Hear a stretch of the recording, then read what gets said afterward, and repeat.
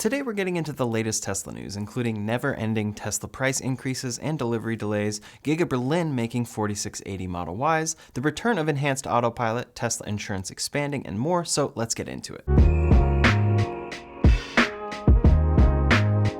First up today, this past week, Tesla hit a new milestone with their Supercharger network by opening up their 35,000th charging stall. This Supercharger is located in China and marks a big milestone after Tesla deployed their 30,000th in late 2021. They may soon hit 40,000 chargers, and in the next few years, we could see this grow exponentially along with vehicle deliveries. In any case, their Supercharger network remains one of their biggest advantages. When you buy a non-Tesla, you are subject to third-party charging options, which recently have been found to unfortunately be unreliable. You may need multiple accounts for different networks, may not get fast charging speeds, or may have a non-functional charger. It's something that really needs fixing for the future, but if you buy a Tesla, you have Tesla's Supercharger network. It's reliable, fast, and continues to grow. Payment is also automatically charged to the Tesla account linked to your car, so all you do is plug in.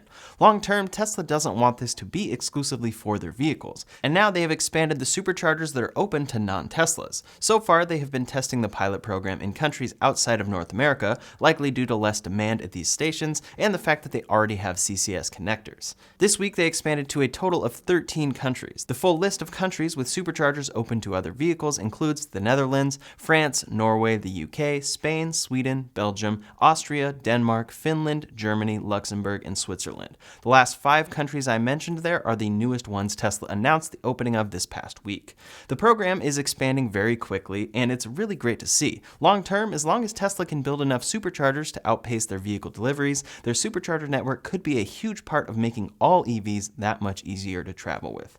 Next up today, a big part of Tesla's future strategy is the introduction of their own 4680 battery cells. They have made the new Model Y with these battery cells at Giga Texas for some time now, but as far as we can tell, they have only shipped a handful of them to employees and customers. For now, this new battery cell doesn't bring too much advantage, and Tesla is shipping a standard range version of the Model Y with these cells first, but the long-term idea is that all of their brand new factories will make the 4680 Model Y. At Giga Berlin, first production actually ended up starting with the 2170 Model Y, using the same cells they have used since the introduction of the Model 3, but now Tesla has reportedly started trial production of the 4680 Model Y in Berlin. According to the report, crews at Giga Berlin produced 3 Model Ys with the new structural battery pack. These were test vehicles built on a brand new secondary body line last week, and since Giga Berlin is not yet set up to make the new front castings, those parts were sent in from Giga Texas. It was an entire dummy vehicle, testing the process because it actually did not even include functional 4680 cells inside. There was a material to mimic the cells, and these test cars were, of course, undrivable. Reportedly for the test it was successful, but it will still be quite some time before Berlin can truly make this updated vehicle there. As far as 4680 cell supply is concerned, Tesla's main supply there is still coming from their pilot plant in Fremont. Giga Texas is working on 4680 cell production, but from what we've heard, they haven't made them directly for vehicles there yet. Recently, we heard that Tesla had received samples of 4680 cells from one of their main suppliers, Panasonic.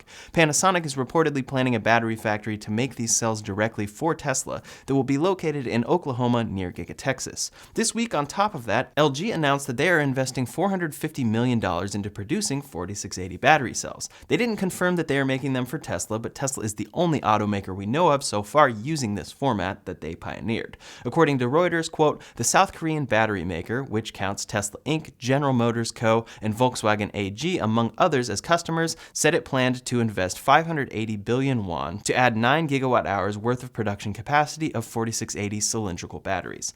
LG is expected to enter production on these cells in late 2023. While this technology is early, it's clear that Tesla is going all in on it, and multiple companies are willing to make heavy investment here as they see how much demand will be coming from Tesla for this specific form factor. Next up today, the big advantage of these cells was supposed to be cost. Long term, this very well could still be the case, but once again, Tesla has raised prices on all of their vehicles. This has been consistent in the past year, and I've been telling people for a long time that if you are serious about buying a Tesla, you should put your order in. The wait time is long enough, and the prices will only be going up for the foreseeable future. For the Model 3, the base model stayed the same, luckily, but long range went up $2,000. It now costs $57,990 for a long range Model 3.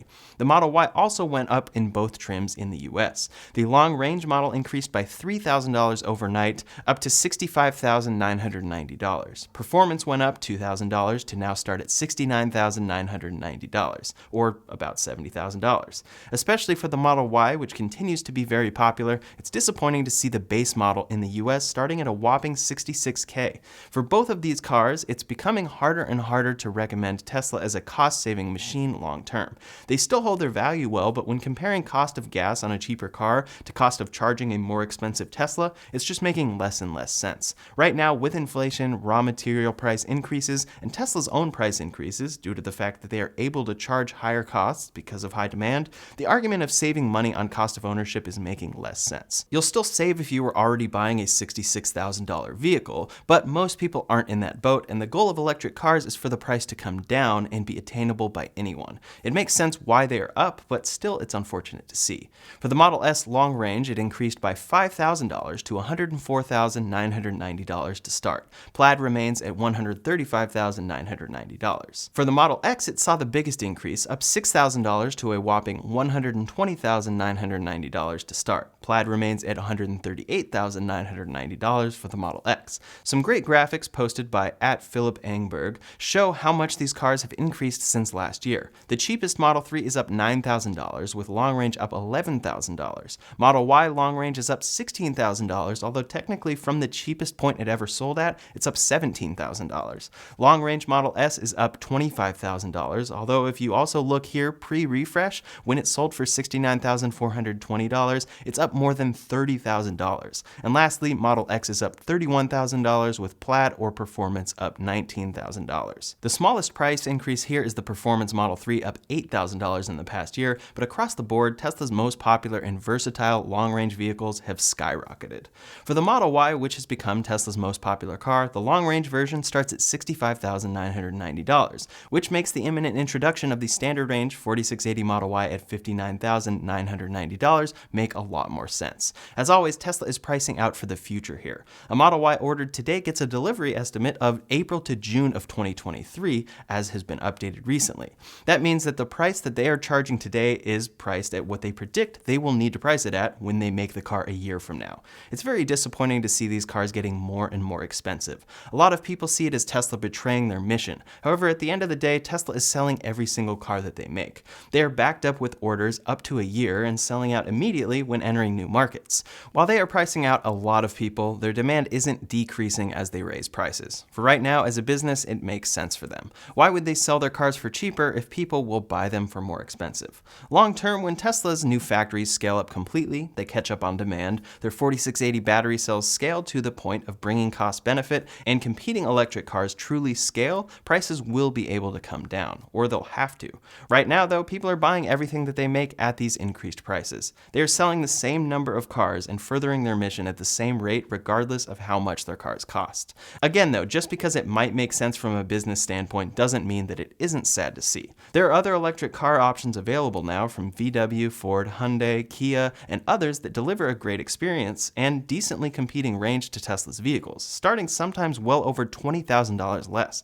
For example, the Hyundai Ioniq 5 starts at $44,000, over $20,000 less than the Model Y, and includes a 303-mile range. Based on reviews, it's a really solid vehicle, and even if you got a $10,000 dealer markup, you're saving a lot. One of the biggest questions, though, is where do you charge it? I think that may be one of the biggest reasons people are willing to pay up for a Tesla, as well as true availability and customer experience. Eventually, price increases may decrease Tesla's demand, and they may need to bring them back down, or want to bring them back down, but for now, that is not the case. I wouldn't be surprised if the Model Y ends up increasing as a base price up to $70,000 eventually, as crazy as that sounds. Hopefully that will be the peak and we can see it come down from there long term.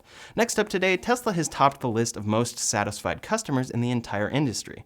The Model 3 took the top spot globally, and this comes from Zootobi, who tracked ratings from Parker's, Honest John, AutoTrader, and Edmunds. The top 5 brands were Tesla with an average rating of 4.53 out of 5, Land Rover with 4.3, Mazda with 4.3, Peugeot with 4.27, and BMW with 4.25. They said, quote, Tesla's Model 3 takes the top spot for the highest rated car on our list, scoring an average rating of 4.53 across the 4 publications we looked at. It's clear then why the Model 3 is Tesla's top selling vehicle vehicle and one of the world's best electric cars right now. Great to see Tesla getting recognized here from a study of ratings as opposed to one opinion. Tesla customers are very happy with their Model 3s, and eventually, hopefully, we can see Tesla's other vehicles rated highly there as well. Next up today, Tesla's Autopilot system has been under review from NHTSA. A new report showed that Tesla tops the list of most crashes by a Level 2 ADAS system, and while this frightened many, it's clear that this is because Tesla has by far the most cars on the road with systems like this. This data wasn't taking any of that into account yet, and was simply the initial release of the data. 273 crashes is of course not good over the course of a year, but quote, NHTSA specifies that it hasn't normalized the data for miles driven, and therefore it doesn't represent the level of safety in any of those systems.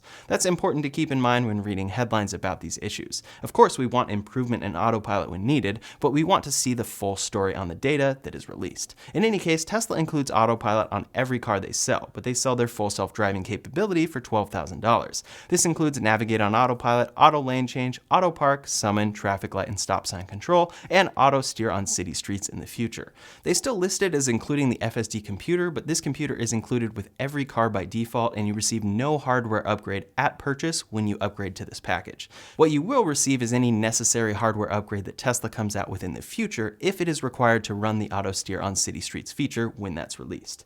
In any case, the price for this package and the features it includes is pretty insane. The FSD beta is out, but currently requires lots of supervision and definitely isn't at a level worth $12,000 to most people. So that amount is really an investment into future features that you trust Tesla will come out with. However, the only way to get features like Auto Park and Auto Lane Change is to buy that full package. In the past, Tesla sold enhanced Autopilot, which includes most of these features besides the future FSD features and traffic light and stop sign control. Now it looks like Tesla may be finally bringing this back. First, Tesla introduced this package in New Zealand and Australia for half the price of the FSD package. It's a really great option for people who want those features but don't want to pay so much to invest in a future feature that has been heavily delayed. For myself, I love Auto Lane Change, but have opted not to buy FSD on any car after buying it on my Model Y. It's just not worth the cost to me, and the timeline of when any worthwhile FSD features truly arrive is far from clear.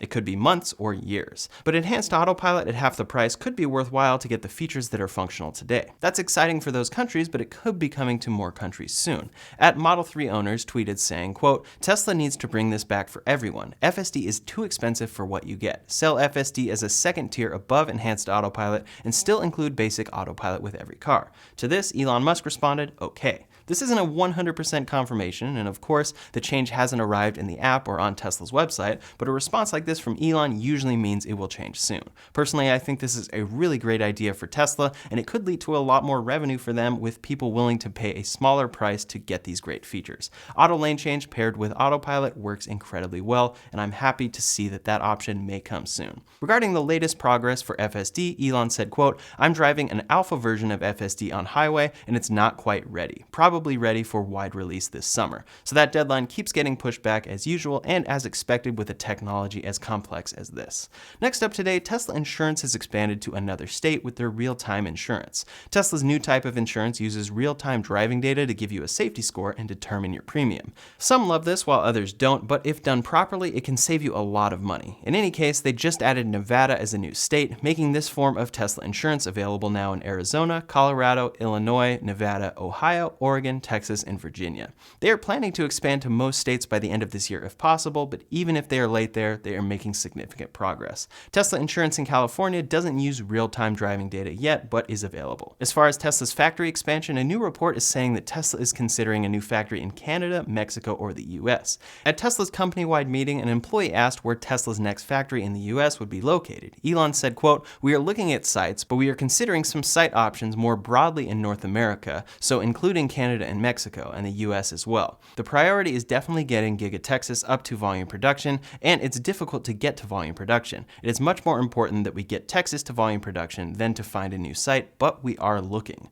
Last up today, some updates about other automakers. First off, Rivian and Lucid, both very exciting EV makers, got some criticism from Elon Musk this past week, likely rightfully so. He said, quote, unless something changes significantly with Rivian and Lucid, they will both go bankrupt. They are tracking towards bankruptcy. I hope they can do something, but unless they can cut their costs dramatically, they are in deep trouble and will end up in the car cemetery like every other with the exception of Tesla and Ford. When speaking about Rivian's costs, he said, quote, my advice to Rivian would be to cut costs costs immediately across the board dramatically, or they are doomed. He tweeted further saying if they cut their OPEX and COGS dramatically, then they have a chance, but that hasn't happened yet. Both companies are in the toughest, most expensive stages of scaling, so it makes sense that they are on this path. Both companies are losing money, so something does need to change. Hopefully both companies are able to make the right moves, sell enough cars, manage supply issues, and get profitable because they both make a great product. I just reviewed the 2022 Lucid Air and it's really fun, and that is linked below.